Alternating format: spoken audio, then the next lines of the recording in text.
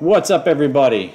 I think, this week we actually have everything going at once. Possibly. Are you sure? Yeah, because you talked. I was waiting. I'm never sure until you talk because I got to see my levels on your side. Well, I mean, it was telling me to unmute. I was like, was I muted? So Well, yeah, inside baseball, I have to mute you because I have to play the theme through the desktop audio. And I'm sure people are yeah, watching this and thinking, these idiots, why are they going through it this hard way around? But it's all I know, folks, okay? they So I have to managed to mute see you and my go to that. terrible gloves too. So I was scratching my head and I didn't realize you can see my gloves I have on. Oh, those are actually pretty Yeah. rad. Better than the ones my wife has. It look like the gray orthopedic ones the lunch lady would wear. Oh yeah, So, yeah. yeah. I was saying these look like Tron gloves.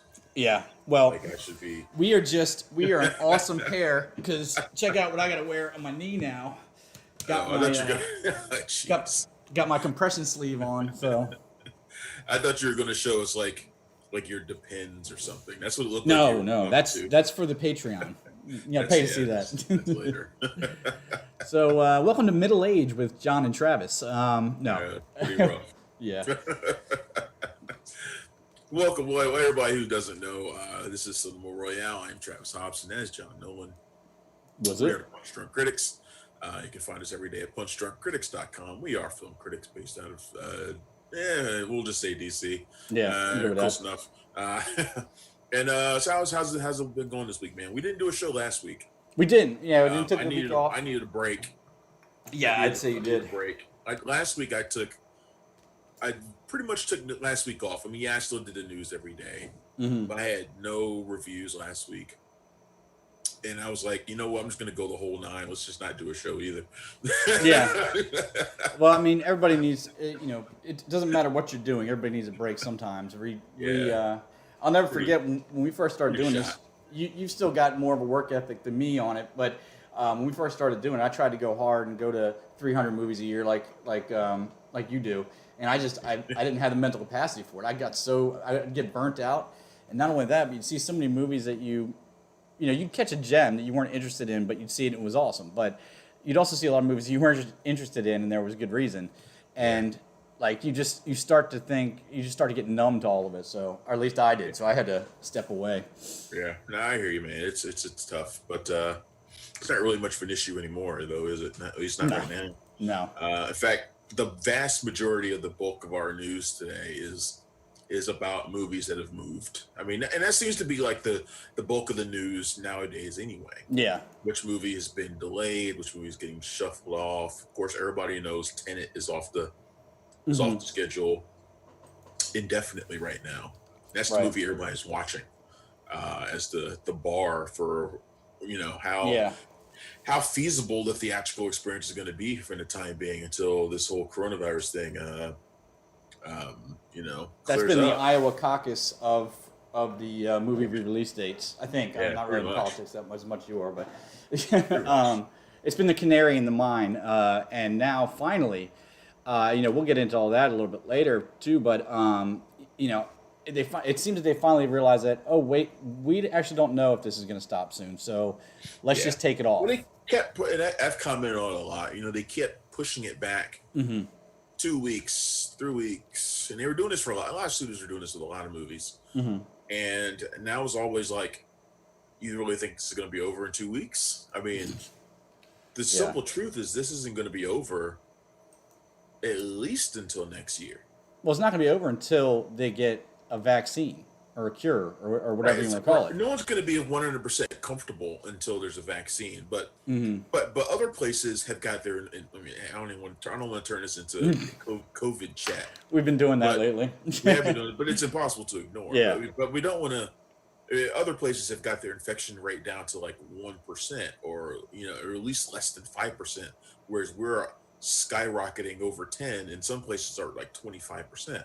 Yeah. So I mean, in those places, I mean, I wouldn't even go into the mailbox. No. But other places have managed to do it and make it safe. It's just that we aren't doing those things. And honestly, the honest truth is it won't be ready. It won't be safe. People won't feel safe. And I think I said this 2 weeks ago until there's new leadership who actually gives a shit.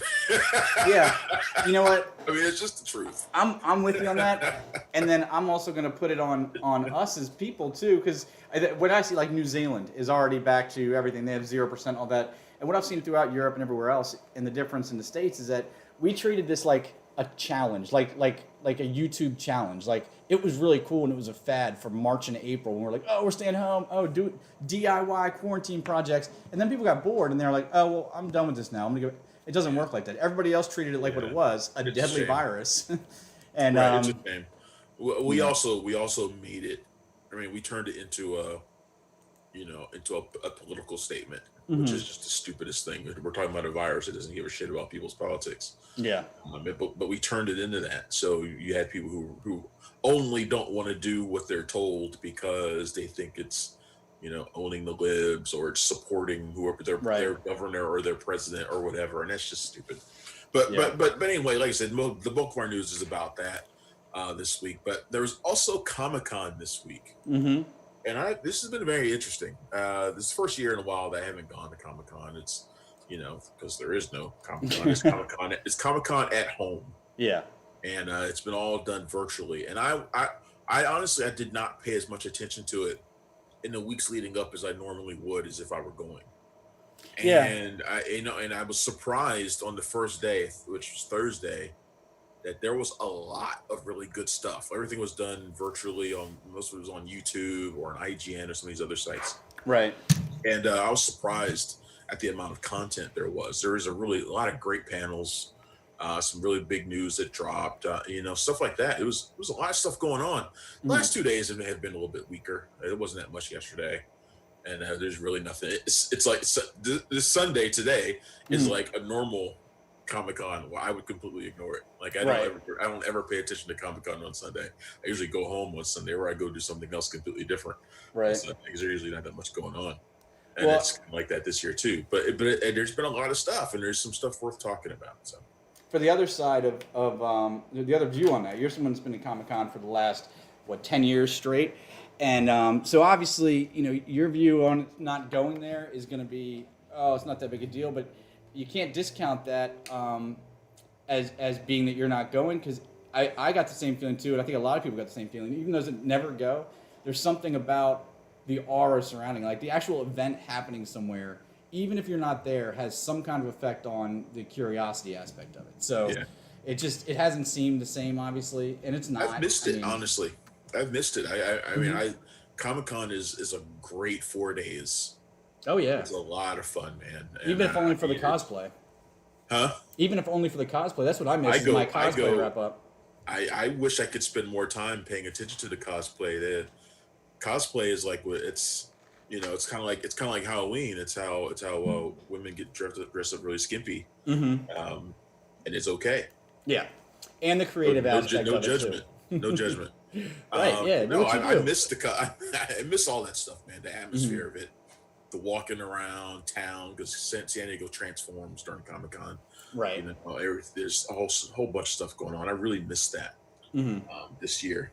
So, but Comic Con at home has been about as good as it could as good as it could be. I was really surprised. So we could talk a little bit more about some of the stuff that went down, some of the stuff that was revealed. For We also sure. got to talk about Justice Con, which is going on right now too, Hmm. which is the fan made event for Zack Snyder's Justice League, and some funny stuff. Now, when did I, that? I tweeted yesterday. It's a weekend of just shitting on Joss Whedon. It's like that's basically what it is. Mm, It's a weekend of shitting on Whedon. we know my. It should call it Usually, I wouldn't like shitting on that. Whedon Con. But the more and more stuff comes out about him, the more I'm just getting a feeling like I start looking at him like, yeah, I can kind of see this. And what was I listening to some podcast that Jay Marsters was on, Spike from Buffy, and they were talking about he was doing it in a very democratic, nice way, talking about his time working with Joss. And it wasn't within this podcast we recorded before all this stuff came out recently. And he was dancing around it. You read between the lines to find out that he was a dick. Essentially, the story he told was that Joss Whedon, the creator of Buffy, didn't want vampires to be romantic or whatever. And Spike had a lot of appeal, so producers wanted to keep him on. And he was just a total dick about it to Marshers and other people around. So the more I see about him, the more he seems at best like a whiny baby. Yeah, it could be the case. Mm-hmm. But yeah, so this is a funny weekend for Justice League stuff, especially about Joss Whedon. So we could talk about that too. Right. But we also got reviews this week. Did you see any movies this week besides the ones I did. I sent to you? No, not outside the ones you sent to me. Okay. I did see Amulet in the rental. I did not see Radioactive yet, but that's the other one we're going to talk about. But I do want to talk about the other one that I didn't put it up as one of our main features, but yes, God, yes, I am all sorts of curious about that. So maybe Really? we'll do a minute or two. Yeah, just because it's going to sound probably it's probably going to come out chauvinistic or whatever, but Uh-oh. no, This means you have a thing for Natalia Dyer. well, of course I do. Of course I do. But she seems I'm she, just playing. she to me seems like such a like an actual goody two shoes isn't the right word. You know what I mean? And that she played I that know what obviously you in mean. Stranger You mean Things. she seems very innocent. Yeah, very very virginal, very innocent. And she's very look at the words you use. She Yeah. seems very virginal. I'm feeding and into innocent. it now. And I'm doing that on purpose. You want to defile her. I believe the term is Fact that she's- deflower. That's a little bit nicer. This is exactly what you're saying. Right. Yeah, fair enough. It pretty much sounded like that. But yeah, no, it just seemed like a weird choice, for her. And I know nothing about the movie other than the log line of the trailer. And, usually people get into that, bad girl or breaking out of that like look at the Harry Potter kids. This isn't really it isn't really a bad girl type of movie though. It's not. So it's not what it sounds like. It sounds like it's a very sexual type movie. I mean, do you remember the movie Saved from 2000? Yeah. The Christian camp thing, It's right? yeah, I compared it to that a lot because they're the plots are very similar. Oh. They're both about Catholic schoolgirls Mhm. navigating Catholic school teens, Right. teen girls who are navigating sex. And in the case of Yes, God, Yes, Natalia Dyer plays a Catholic schoolgirl who, enduring all the normal teachings you would expect from a Catholic school. Right. Abstinence only. The teacher actually says, "Was it men are like microwaves, but women need to be preheated?" Stuff the lame kind of Yeah. stuff you would expect to hear. Okay. And she's kind of wondering why she heats up faster than she's been told women are supposed to. And basically, she's a normal hormonal teen. Oh, yeah. Right. Okay. So So she's looking to experiment with masturbation and she's curious about sex and she's but she's worried that she'll be judged by the Lord if she gives in to that sort of thing. And that must have there been are rumors going around school about her having done something with a boy and she didn't do it. She's confused. Okay. She's a confused girl. And so she goes away to a camp, a Catholic school camp, Mhm. a Bible study camp, and that's where she learns a little bit more about what's going on in the world. I mean, it's not one of those things where she goes around and she's like banging dudes all everywhere. So It's not Black Snake mode. It's really about her trying to figure out what kind of person she is, and Right. whether or not she can do that, whether or not it's okay for her to be to be sexual. And that says a lot about Ridiculous. my own misogyny and probably my Catholic upbringing. That I read that log line and I just assumed, oh well, she must be slutting it up the whole time. That says more about me than it does about the movie, I suppose. It actually really does. Is it worth seeing? I mean, the movie was written and directed by Karen Maine. And Karen, Mhm. this is one of those situations where I've talked about it before, where I like post a review, Mhm. and the person who made the movie, the filmmaker, like retweets your review and like comments on it, and you're like, Yeah. ugh. And I look, I didn't particularly care for the movie. Okay. And the reason why I didn't care for it is because I feel like it doesn't really go in depth very much. Mhm. It feels very slight. Mhm. There are no observations in it that anybody doesn't already know. Even somebody who doesn't, really tackle this subject very Right. much.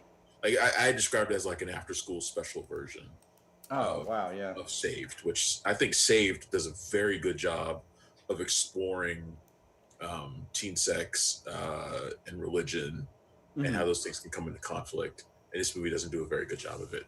Natalia Dyer is good though. I mean, she's really good. I think she's a fantastic actress. I too find her very cute, John. Okay, good. Um, but Thought I was alone on that. I don't know. and that really works in her favor in this movie, which is Mhm. it's set in like the very early 2000s, late or maybe 1999. So, she falls victim to like AOL chat rooms and stuff like Oh, that, like jeez. because she doesn't, so you get like Instant the messenger. age, sex, location. Oh, Like ASL. I chat forgot rooms. about Remember that. Yeah. Remember I that? forgot about that. Remember that? They put like the Yeah. A/S ASL, yeah. /L. Yeah. In the chat room. And you be talking, and as a young dude, you always knew that the hot girl that you're the female 19, hot to trot that you were Right. talking to was And of course, actually a 50-year-old dude somewhere in 50-year-old man. Wisconsin. Yeah, it's a Yeah. 50-year-old man. Mhm. There's a really funny joke that happens about that in the show Upload too. There's a really funny joke where somebody falls or something like that. But anyway, but yeah, so I need to put that on my list. I keep hearing about it. Upload's really funny. I need to finish Yeah. it. I think I'm pretty close to the end of the first season. I need to finish it. Hmm. But this movie doesn't really go in depth. I was surprised because Karen Maine was the writer of Obvious Child, the Okay. Jenny Slate film that dealt with abortion and sex and love, and it really managed to use humor to tackle some really hard truths. That was like the whole point of the movie. Mhm. And it does a really great job of it. And I expect this movie to do the same, and it just was not. It Didn't was not happen. doing that. And so and it's rated R, which was amazing to me because it doesn't really do anything. Like there's very few cuss words in it. There's no graphic sex in it. There's nothing. And I was like, why is this movie rated R anyway? And she was like, for those who don't know, the filmmaker has no control over the MPA rating. She butthurt like- about that. And I was like, well, I mean, no shit. But Yeah. I mean, I wasn't. My review wasn't solely about it not being R rated. Yeah, it kind of turns your thing around and makes you sound like you're being pissed that you didn't see more boob. She might not have been. She might not have been pissed at all. She might have just been Right. making a comment. Yeah. She probably would have. I don't know what she would. She probably would have preferred to be PG-13. In fact, I'm sure she would have. Well, yeah. But so she may not have been even making a commentary about my review. She may have just been just saying something, just stating it because I had mentioned the R rating in my headline. Yeah. But the movie just falls short. I expected it to be a little bit more insightful, especially since it was based on kind of her upbringing as a Catholic school girl who broke away from it. She's no longer practicing Catholic. I expected it to be more insightful, and it just wasn't. So it was a little disappointing. Right. But for somebody like you who's a creeper, you'll like Natalia Dyer. Awesome. We should have a creeper rating on all our reviews now. Or maybe you do your set and then I'll do the same movies, but it's like the pervert point of view on it, and we'll see what that is. Like our own little Mr. Skin going on. Speaking of Mr. Skin and women that we've probably been misogynistic about at some point, Alison Brie was in The a horror Rental movie. Yeah. Dave Franco's directorial debut. Yeah, I was surprised. I guess I don't know. It seemed like Dave Franco, family with James Franco, Alison Brie, really hot star right now. It seems like His wife. his wife. I would almost expect like a higher brow film, like some kind of artsy film. But I love the fact that they did a horror film. I love that. I think it is sort of an elevated horror film, though. It is. But I mean, like, I mean to interrupt you, but look who he wrote it with. He wrote it with Joe Swanberg. yeah, Joe Swanberg, the guy who did like Digging for Fire and Happy Christmas and Drinking Buddies. He's one of the founders of the mumblecore movement. Mm-hmm. And I think The Rental, which deals with two couples who go on basically a Airbnb vacation on a beachside place. It's really nice.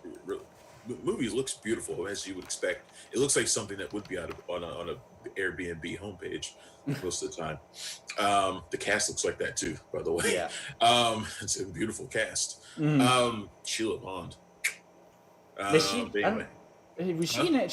She seemed new to me, but I also felt like she was one of those people that I was like, where have I seen her? I think you've seen her before. She's been around.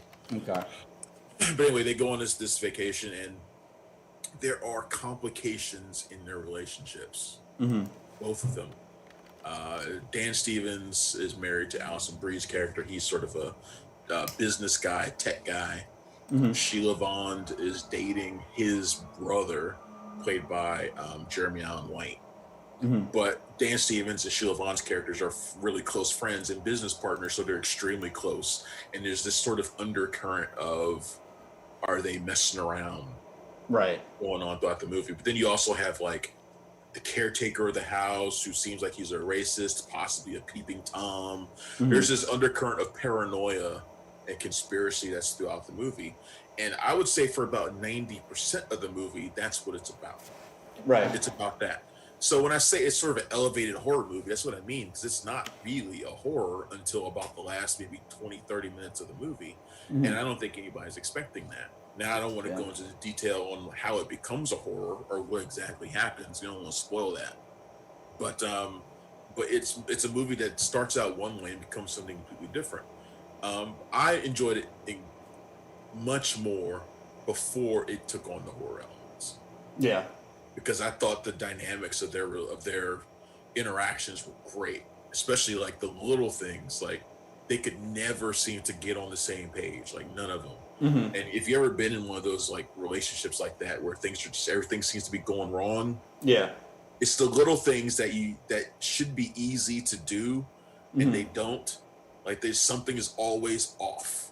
Right. Yeah. Like, Yeah. like the night where they're trying to have drugs together and like he can't get it coordinated. Yeah. And it's like, why can't you get something as simple as that coordinated? They It's can't like do fate. it. But that's the Fate way it itself works. is coming against them. Yeah. I mean, and I guess, and that's where, because I liked the movie, but I guess my only complaint would be that it didn't feel like it wanted to commit to what it wanted to be fully. And I think if they would have, it would have been. I actually agree with you. It would have been better served.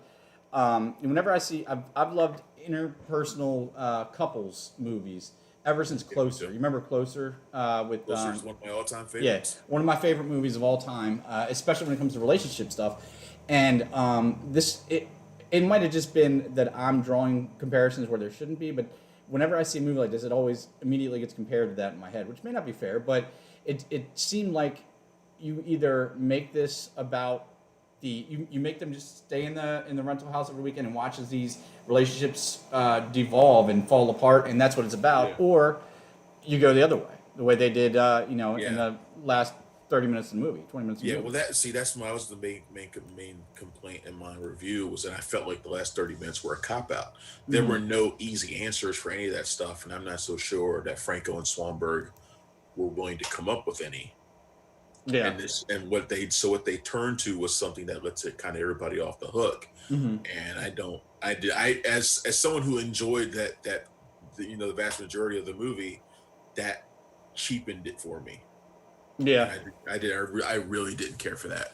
So I agree with you when you say that. I wish they could have just stuck with one thing, or do something or do a totally different movie.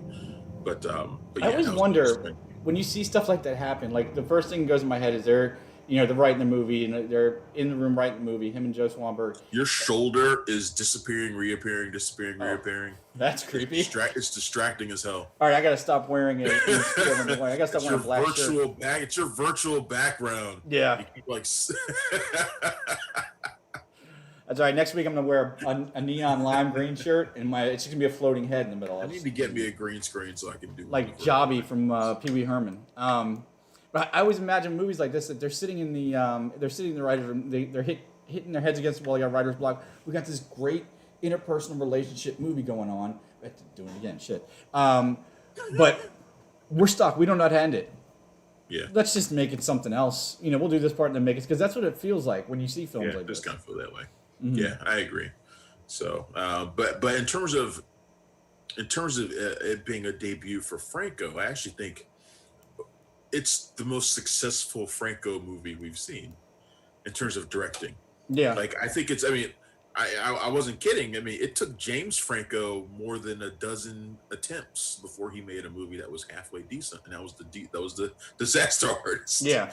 I mean, he made a lot of crappy movies. He's been directing for a long time. A lot of which we didn't even see. I mean, he did a lot of, with that school of his and all. He's made tons of short films that most people didn't see.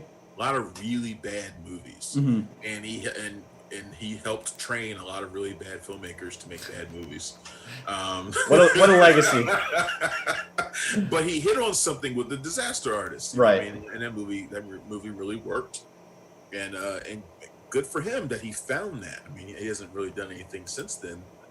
So he's in terms of directing, Right. that I can remember. But James Franco, I mean, Dave Franco comes out of the gate, and his first movie is a hit, as far Hmm. as I'm concerned. I have complaints about the way it ended, but the vast majority of it I like a lot. Yeah. And a really well done movie, especially in terms of building tension, which is what you want in this movie. What you want from this film is for it to build tension. It does a really good job of it. Yeah, he has the help of 4 terrific actors who help him do that. Hmm. 5 if you count Toby Huss, who will always be the dude from The Adventures of Pete and Pete to me. Um, Adventures of Pete and Pete. Wow, I didn't even realize or recognize that, but now I can't believe oh I yeah, didn't he recognize was that. the weird guy with the glasses. Yeah. He's supposed to be super strong. I forget his name at the moment. That's Toby Huss. Um, but he looks so different that it's hard to remember that sometimes. Right. But yeah, he had a lot of help from the cast, which they're all great. But Franco does a really fantastic job, and I'm looking forward to see what he does next. In fact, he did sign on for something this week, and I can't think what it is. Yeah. So he Well, did I sign up think for another directing gig I, this week. I think a lot of times directors. I mean, it's the funny nature of Hollywood, and film fan. But that is, we give directors either not enough or too much credit for pretty much everything. And you hit the nail right in the head, and you're talking about being his directorial debut. It looks great. The shot selection is great. Everything is very crisp and clean, and it seems like it's got a measured, experienced hand on it, which is the probably shows probably that he's been paying attention on all these other sets he's been on, which probably shows that he's a little bit less of a wild boy than his brother. But the story, we you see something like and there are places that the director has written the story or has a lot of input on the story, and he's relaying to show how it is visually. But I mean, it's that ability to convey words into visuals that's important for a director, and he's able to do that. So even if you don't like this movie, I would not be surprised to see a lot of good stuff coming from him. And then you factor in his future Hollywood power couple, or maybe current Hollywood power couple with Alison Brie, who's been doing a lot of the best dramatic work of her career in the last couple of years. I mean, some of it has hit, some of it hasn't, but she's really taken swings and hitting Yeah. hard. So I mean, that's a recipe for some pretty cool stuff to come. Yep. All right. What else? What else we got this week? You didn't see Radioactive.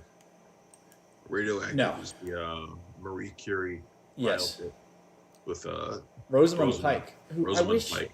All right, Rosamund Pike. I'll get my misogyny out of the way at the beginning, just so everybody knows. This is joking. I'm not really like that. But she is hands down one of the most beautiful women in Hollywood, and Oh yeah. she keeps and she's a super talented actress, so that makes it okay. I'm digging a hole here, She's but a great actress and an underrated actress, and I don't like using the absolutely. word And underrated that much, but she's really great. but Marie Yeah. Curie, not a saucy lady, really. She No. was a genius, and she was brave and a trendsetter, but Yeah. not saucy. Just like the journalist one, I can't remember the name of it now. The journalist that she played. Oh yeah, and I mentioned that in my review. For the movie A Private War. Yeah, there you go. Um, that's one of the reasons why I was talking about her being underrated. A Private War, in most years, she would get nominated for an Oscar for a movie like that. Right. She's really great in that. She's great in everything. Hmm. My favorite movie of hers. I mean, let me take that back. There's too many of them that I can name. I really like her in a movie called A United Kingdom from a few years ago, where she's with David Oyelowo, and she really excels at playing uh,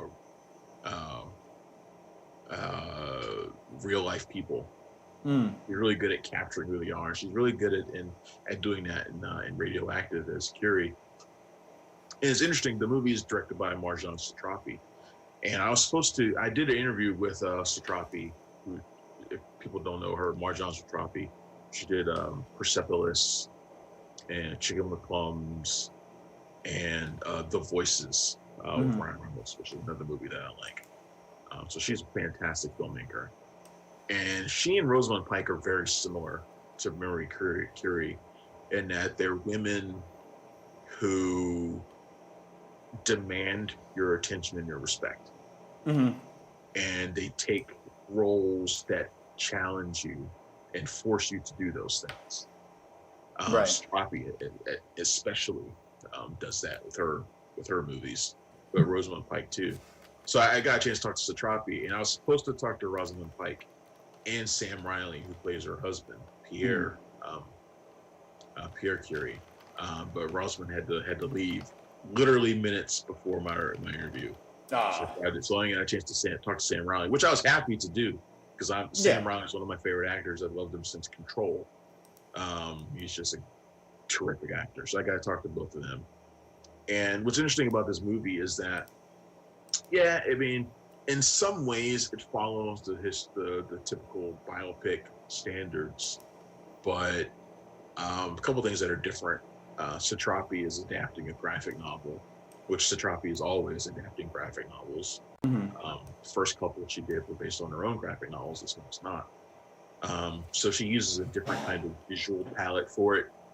The colors kind of bleed together. There's flashes of neon that kind of represent, I mean, almost like symbolically, like um, the radioactive spectrum, you Mm. know? So it's interesting the way she does it visually. But also, the movie isn't just about her accomplishments, it shows what the impact of the discovery of radiation and polonium had on the world, Oh, both the that's cool. good and bad. Right. So you'll see scenes that kind of meld into the present. And of course, she's not viewing these, Rosamund Pike. They're just kind of depictions of some things that radiation did. So you see Mm. like soldiers getting X-rayed who never would have been able to get X-rayed before. Right. But at the same time, you'll see years later that radiation also helped create the atomic bomb. Right. Or you'll see a child being able to get an X-ray, or getting a cancer treatment they never could have received before Right. because of the discovery of radiation. But you'll see years later people who are coming down with cancer and are being poisoned because of the same thing. So, but the thing is, it's Curie who comes to realize these things because these discoveries were made during her lifetime. Hmm. About the bad side of the radiation. So it's about how she begins, where she's top of the world at this discovery that she's made, win Nobel Prize and that kind of stuff. But then later she has to live with the downside of it too. Yeah.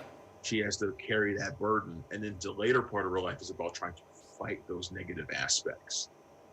So it's very different. It's almost like two different movies. Yeah. But you also have this depiction of her marriage too, because of course when you see a movie about scientists and things like that, Hmm. there's always that sacrifice of the personal life that comes in there Yeah. too. They're not exactly You know? romantics. Yeah, Also. yeah. So what was interesting about her relationship with Pierre was that he was her intellectual equal. Hmm. Um, he was a Nobel Prize winner too. He's a brilliant scientist just like her. But he didn't resent her intellect. In fact, he supported it. Wow. And they lived as equals. Hmm. The first part of the movie is about her trying to find the respect in a field that's dominated by men. She found that respect in her husband. So it's a movie that's interesting and different than you might expect in some ways. Right. Which is one of the reasons why I enjoyed it so much.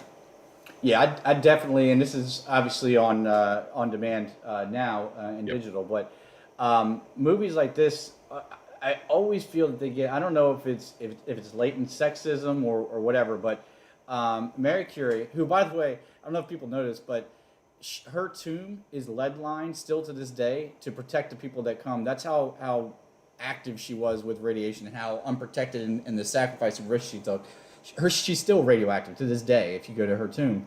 But yeah, that's a sacrifice they allude to in the movie too. I mean, it's that do they? she died. I mean, basically with all the radiation she took, she took in over the years. Her husband, who died early from an accident, he was radioactive. just like she was. Her daughter died. She was radioactive. She died of cancer. Yeah, Wow. they're yeah, it's But crazy. I mean, because this and the other one, there was a movie, with Mary Curie, and there's hundreds of women throughout history that have had such an incredible effect, and I'm glad that they're now getting some kind of recognition. I mean, not that people didn't know who she was before, but like the one that always blows my mind is Hedy Lamarr, and I know she had a movie just recently, but I can't remember the name, so it must not have been that influential. Um, and she, I mean, she was a Hollywood starlet. She was a spy. She was an inventor. I mean, it's ridiculous stuff. But yeah, so I'm definitely on board for Radioactive then.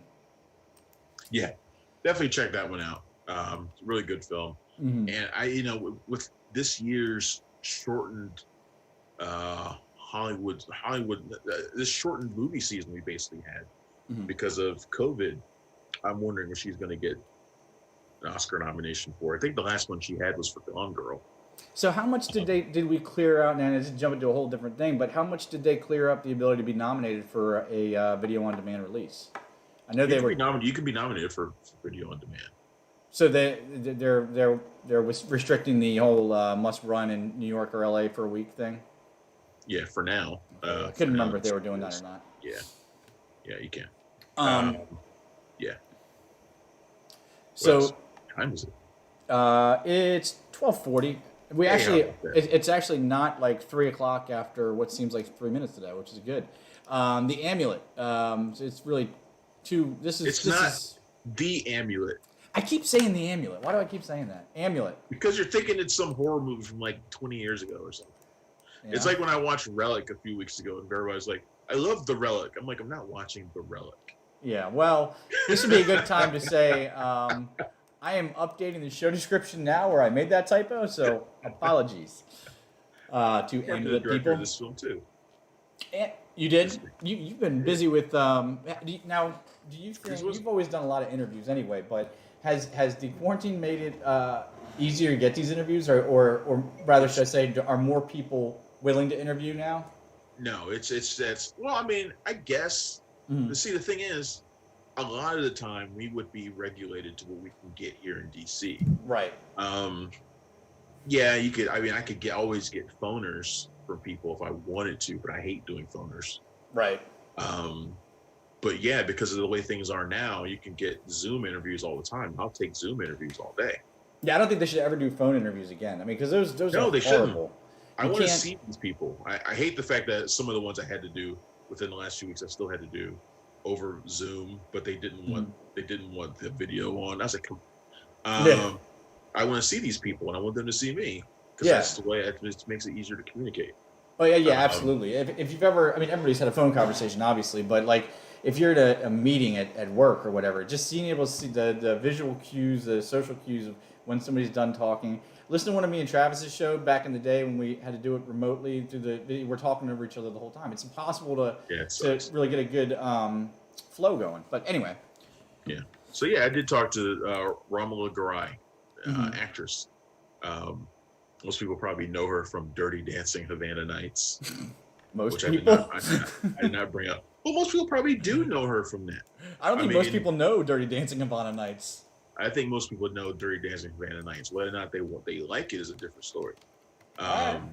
But I wouldn't ask her about that, of course. No. But I mean, but she's also in like Atonement Hmm. and Vanity Fair, and she's a very distinguished actress, a very successful actress. Right. And making Amulet was her directorial debut. Hmm. Yeah. So I did get a chance to talk to her about that, and that was a lot of fun. So check that out on punchdrunkcritics.com.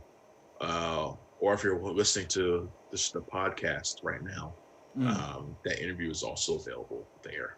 Which keeps reminding me, I need to upload the videos that I'm doing to the Punch Drunk Critics YouTube as well. I haven't done that yet. I gotta imagine there's a way that we can just link those together.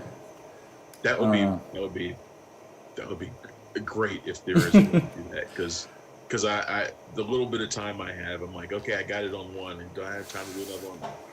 I mean, I think if nothing else, and do it like there's got to be like a parent page you can do. So if you Mm. put something there, it goes to all the other ones. But yeah, So I'm curious what you thought about Amulet, given your sexist, misogynist tendencies. Yeah. What did you think about? No, I'm Well, kidding. through I'm through kidding. that through that I'm kidding. I'm lens. kidding. I'm kidding. But also, I'm curious, Yeah. and I don't want to spoil anything about this movie either, because it's another one that does not end up in the same place that it begins, No. All right. and So I'll be careful. it ends in a way that I'm still kind of haunted by that ending. That ending is nuts. This is a film made by its ending for, and you know what? I think a lot of people are gonna like it, but it's really hyper dependent on what you're looking for. It may be because of the fact that I thought there was a which really does give it a different feel. The Amulet seems more like your run of the mill horror movie, but this is. I won't say it runs with the Witch or Witch. Was that one the Witch? I think it was the Witch. That was the Yeah. So there was a the in front of that one. This doesn't run parallel to the Witch in how it is, but it is slower and more cerebral, I guess you'd say, than I expected at least. Whenever you have the heavy religious imagery of the crucifixes and the dark woman in the back somewhere, and you don't really know what's going on, it always seems to me that that's going to be, at least by 40% of the way through the movie, you're going to have some serious scary stuff going on. It just saves it all for that last bit, and that's all. I'm going to try and step to the minefield there, but it's a lot slower. If you're expecting a regular horror movie, you won't get it. It's not like The Witch, which I famously hated, because I still to this day don't see where the scary part came in. That movie was entirely a colonial family living in boredom until they get naked and go in the woods. And that's all about that was it's it. all about tension, man. If they're successful at building tension, it's the only thing that matters. Well, and that's probably what it is. I mean, I can't even watch. My wife is watching that Married at First Sight show, and I can't even watch a lot of reality TV because I get too anxious, and it's physically uncomfortable. I got anxiety disorders and all that good stuff. So it's physically discomforting, and it's almost like needing the shocking horror scenes to let go of some of that adrenaline and kind of even things out a little bit for a little while. But it's a very, very well. I can appreciate it's a very, very well done film, and she's got an amazing grasp of that. It's a hard road to walk to keep that tension going and not become boring, and to keep the interest there, and to not let it break at all throughout the film. I mean, there's certain aspects of this film you're always wondering, wait, what's up there? What's going on? What is this really is? And you don't get answers until you do or don't. We should tell people what the movie's about and who's in it. The movie is basically, without giving too much away. Okay. It's about a former soldier from the Yugoslav wars. He's now kind of destitute, homeless. Mm-hmm. Gets invited by a nun played by Imelda Staunton, so you already know she's creepy, right? And suspicious.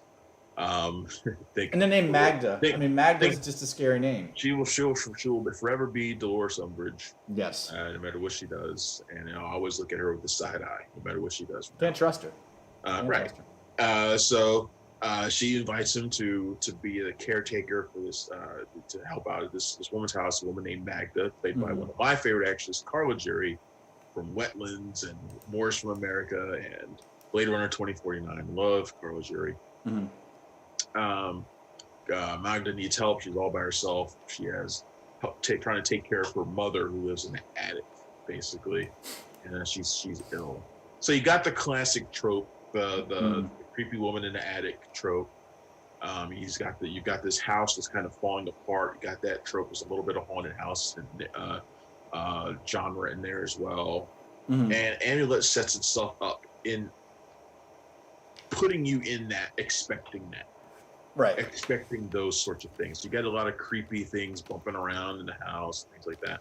You got two lonely, tragic people who kind of find one another in this creepiness. Right. You got a whole lot of things that seem very familiar, and then the movie becomes something that you were not expecting. Yeah. And like I said, I'm not going to give what that is away, but it's very much rooted in trauma and guilt. Mm-hmm. and retribution and all sorts of things, and I think Garai, who also wrote the script. She does a fantastic job, like you said, of keeping the tension up, Mm-hmm. but also of just building this world. I think she has a really keen visual eye. The movie keeps the colors really drab and kind of dull, Mm-hmm. but I think that actually works in its favor. She uses practical effects on pretty much everything, including the some of the stuff that goes on in the movie. I was gonna say you Um, get around that. yeah, I mean, she does a really fantastic job. Mm-hmm. I'm looking forward to seeing more of what she does. It's really bold for an actress to anybody really to start off your directorial career doing something that requires so much emotional investment as Right. horror does, which is Mm-hmm. why I appreciate what Dave Franco did with The Rental as well. Right. It'd be very easy to do a stupid comedy or something really light to kind of get your feet wet. And Yeah. both Franco and Garai, both actors turned filmmakers. And one thing we know about actors turned filmmakers, they're always really great at casting, and they're always really good at giving their talent the freedom to do what they need to do. And both of them do that. They all got great performances. Alex Socarno and Amulet is fantastic as well, as Tomas, the main guy in the movie. Yeah. Yeah, there's just a lot of stuff that's really great about this film. I hope people can go and check it out. I know we're running short on time already. It's crazy. How did that? Okay, so a second ago we were okay, and now we're running short. I don't know how this happens, folks. No but shit. We're, We had we're one there. more movie, didn't we? Do we have another movie? No, Yes God Yes was the only one we talked about at the beginning. Yes, God, yes. Yeah. Amulet, Rental. Rental, and Radioactive. Radioactive. We did do all of them. We did. Okay. Yep. And I just last thing about and I don't want to put the wrong impression on the Amulet. I actually did enjoy it. I just didn't. I like to tell people when you're not going to get exactly what you're expecting. Sometimes that's not good. Sometimes it's good, and I This really isn't a jump appreciated. scare movie. This isn't No, a no, jump no. scare movie. And I really appreciated the use of all the regular tropes as kind of it's not misdirection is not the right word, but to make you feel like you know where you're at, just to pull the rug out from under you and you don't know where you're at, you don't know what's going on, and then the use of a lot of too often you have like the religious imagery and the creepy lady and all that, and it's easy to just point out supernatural, but when you layer on things like trauma, things like new relationships and things like that on top of it, it really makes it, I guess, feel more real or more grounded at least. So, Yep. So Comic-Con, what happened at Comic-Con? All the release dates, everybody's gone. Yeah, all the release dates got changed. A lot of release dates got changed. Comic-Con wasn't really about the release dates though. Comic-Con was about other shit. But yeah, a lot of movies got changed. We talked about Tenet already. Mm-hmm. Tenet being gone for a release date. That's a big deal. I'm trying to think of the things that happened at Comic-Con that were really big. A lot of it was trailers. Yeah. I was really the best panel for me. Really, the only one I was super looking forward to was New Mutants. Mm-hmm. They had the New Mutants panel a couple days ago. And I guess the big question surrounding New Mutants is whether or not it was actually going to come out. I mean, come out in theaters. I mean, because a lot of people were speculating it was going to move to Hulu or Disney Plus, like Artemis Fowl or some of the things. But as of right now, it is still set for August 28th in theaters. They pretty much confirmed that at the beginning of the panel. But look, it's actually. I mean, you know what? I don't know how that's going to work out. I feel like it'll probably end up getting moved again, and it'll probably getting moved to Disney Plus. They're just not willing to say it. The thing that's weird about that, though, is that Disney, like the very next day, totally redid their release dates. They totally redid them. I mean, and New Mutants was not part of the list. Well, I've always had me think that they are set in what they're going to do with New Mutants. Yeah, I mean, I've always had a feeling about New Mutants that it is the sacrificial lamb that they've got in their back pocket. So the problem with people putting movies out, it's as much as I hate to say it, they're not concerned about your safety. They're concerned about all the money they spend on this movie just getting wasted and not getting that opening weekend. Well, with New Mutants, they have a perfect canary in the mine. They have a movie that they have obviously no confidence in, regardless of what they said or the new marketing for it. They got a movie that they know, it has no confidence in, and they can use some kind of algorithm. There's very little skin in the game for Disney when it Yeah, comes so to they the put that movies. out. The movie was They done. see. So let's say they're expecting, 20% capacity in theaters. They put New Mutants in there, and they get 6% capacity. They have an algorithm to figure out what that means for Tenet without spending the money, or not Tenet for them, obviously, but whatever other movie. So I guarantee that doesn't. I'd almost guarantee that doesn't change, and it almost seems stupid not to make that the movie you put out, because then the movie gets a pass.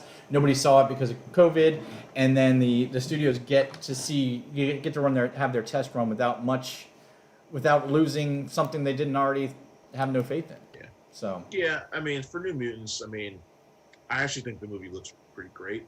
Mm-hmm. But I know, like I said, Disney has no skin in the game on this. It was done by It was time. Fox, right? Yeah, it's Fox. It was pretty much done. Mm-hmm. So there's no skin in the game for them.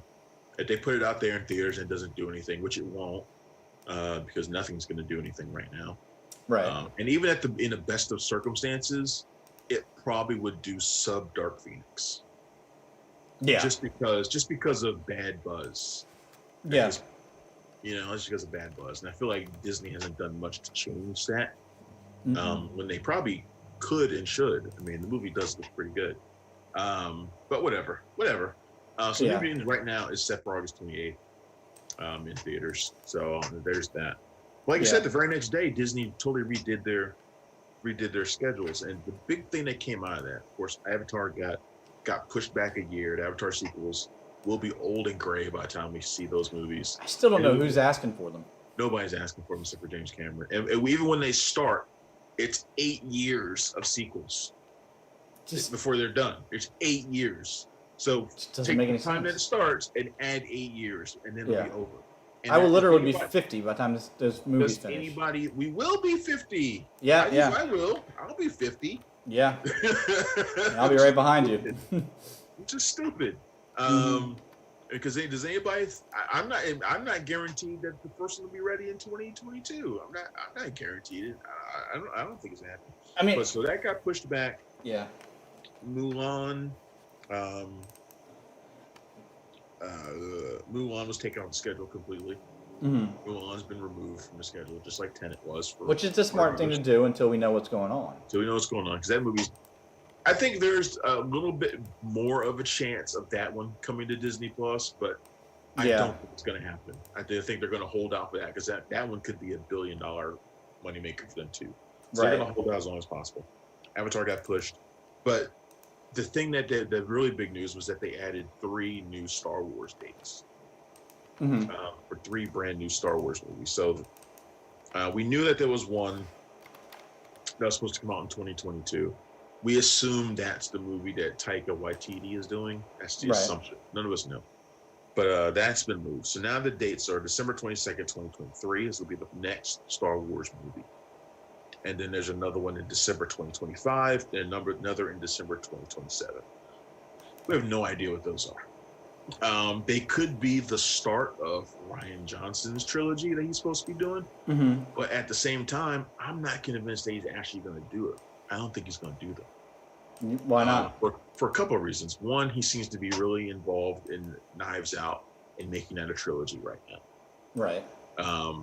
We already know he's working on a Knives Out sequel, and I will almost. I mean, he's already talked about it being a trilogy anyway, so I'm pretty sure he's going to stick with that.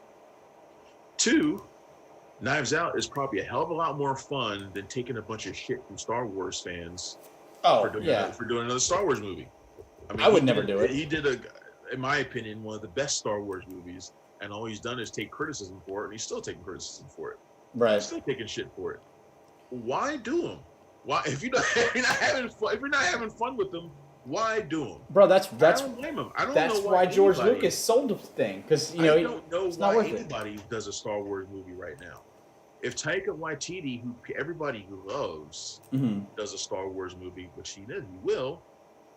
It's a very good chance he's going to eat the same kind of shit, and then people are going to dislike him. Half the people will dislike him for it, and then they'll love him again when he comes back to Marvel.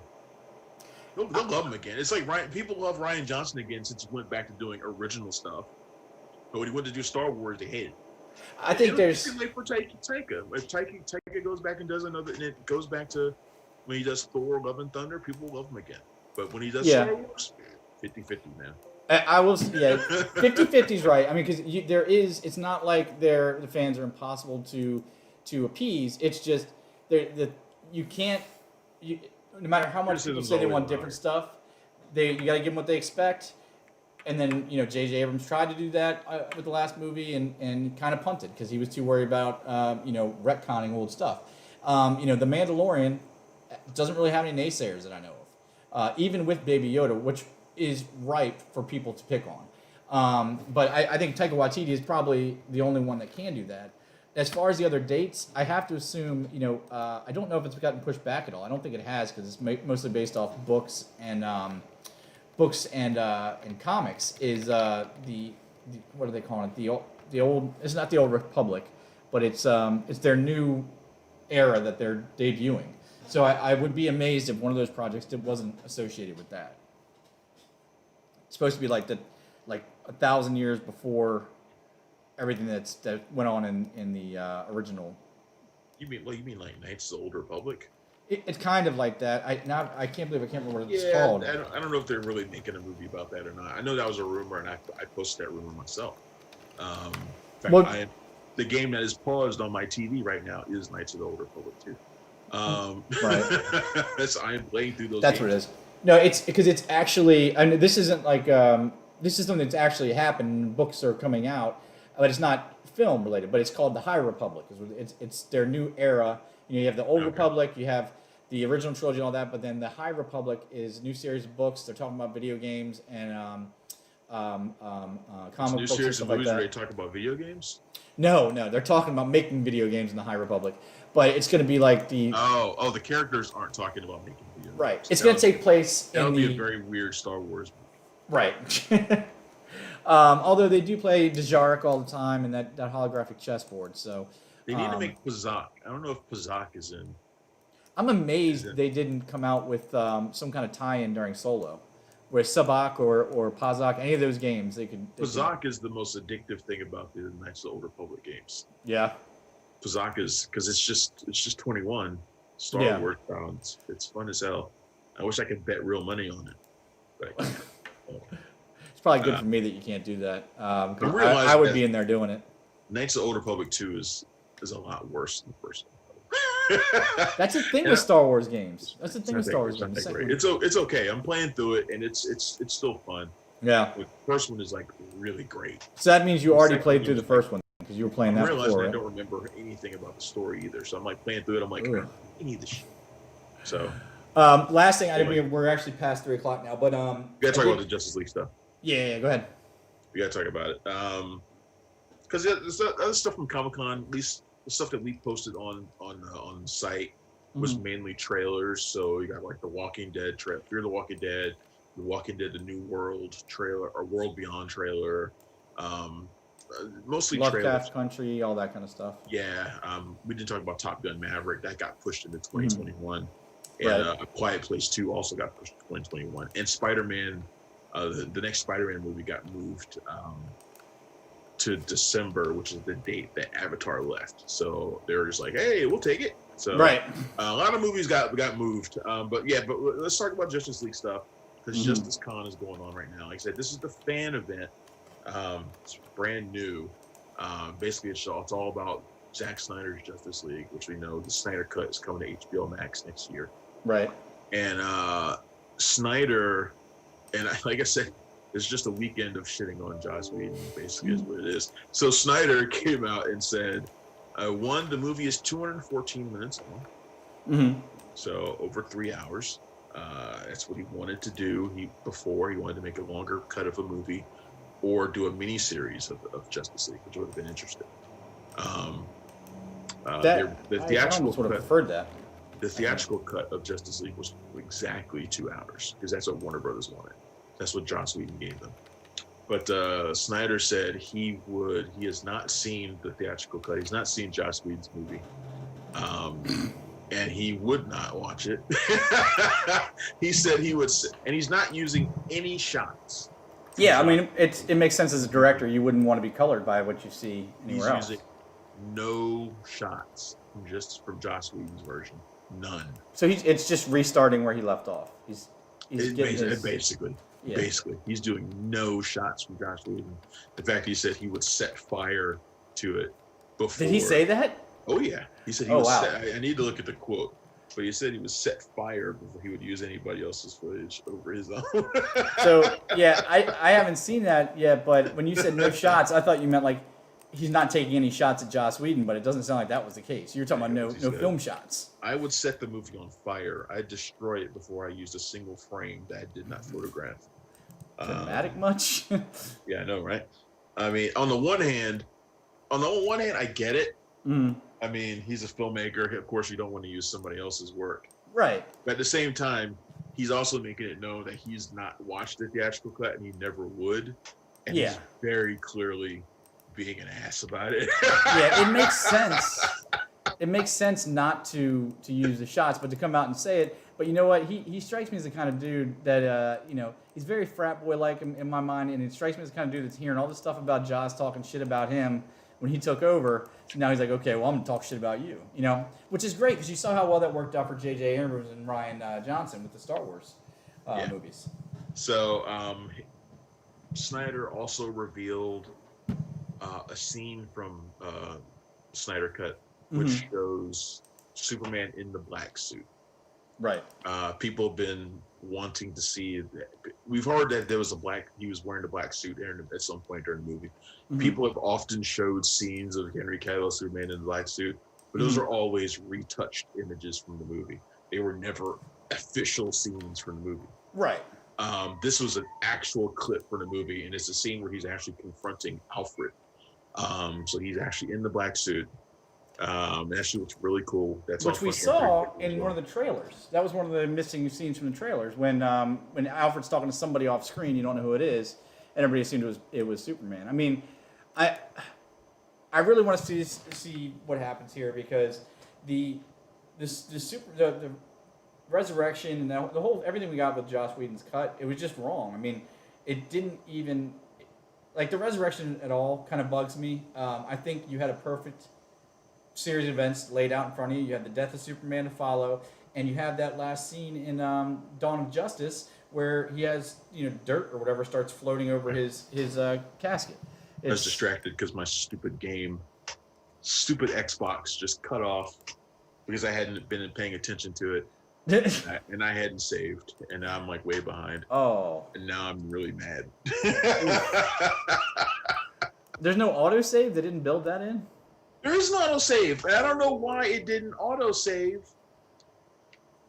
I don't know why it didn't autosave right there. Like, it should have autosaved. Like, there should have, considering what I had been doing, it should have autosaved. Now I'm all the way back in this stupid cave, and I gotta go talk to these people again. See, kids, we used to have that all the time back in the day. On Nintendo, your brother would come up, want to be a dick, and hit the reset button, and, you're back to level 1-1. Yeah. I'm pissed, because now I'm going to be compelled to get back to where I was before I can take a break and maybe play some Overwatch. So that's what I really want to do. But anyway, let's finish up. All right, we got the black suit Superman, which looks really cool, and I'm glad we're finally getting it. The last thing was Ray Fisher, who everybody knows has been talking shit about Joss Whedon all month. Right. He doubled down on it, basically. He said he thinks Joss Whedon is scared to come out and say anything because the allegations against him are being investigated, Yeah. So. Oh, he's ducking his head down and hoping he doesn't hear anything. Yeah. So Ray Fisher, not backing down in the least. I dig it, man. If you're gonna go put yourself out there, I mean, really go put yourself out there. I mean, yeah. Fuck it. Well, that's the thing. If he has to win now because being a little known actor, coming out and making some showing shots across the bow like that. If you let it just die and then nothing comes out and he's allowed to hide, then it's gonna look like you stirred up shit later. But you got to stay on top of it. Yeah. So a lot of stuff coming out of Justice Con. I don't know what their schedule is for today, what's going on, but I'm sure if there's, I'm sure there'll be more probably today. So it's also the last day of Comic-Con, so they're wrapping up panels today. John's going to post kind of a cleanup of some panels because most of the panels are, I mean, they're all on YouTube for the most part. So they're Right. mostly available. John's going to post a few select things that we didn't already post before. A few things that we're interested in, not a whole lot.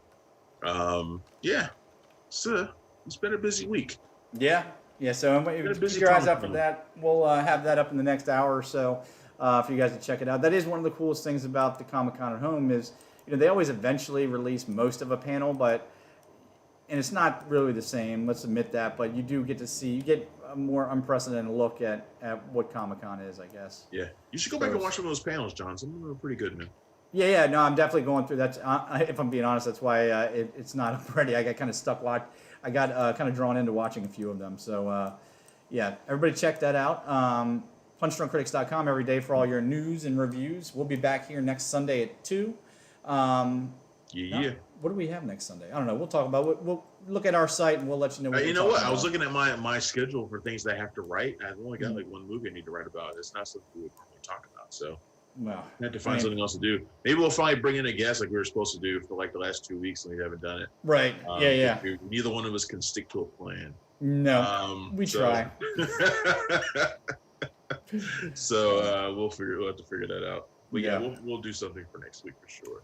Until next week, I'm John. That's Travis. This has been Cinema Royale. And we'll see you next week. Later. All right, stream ended.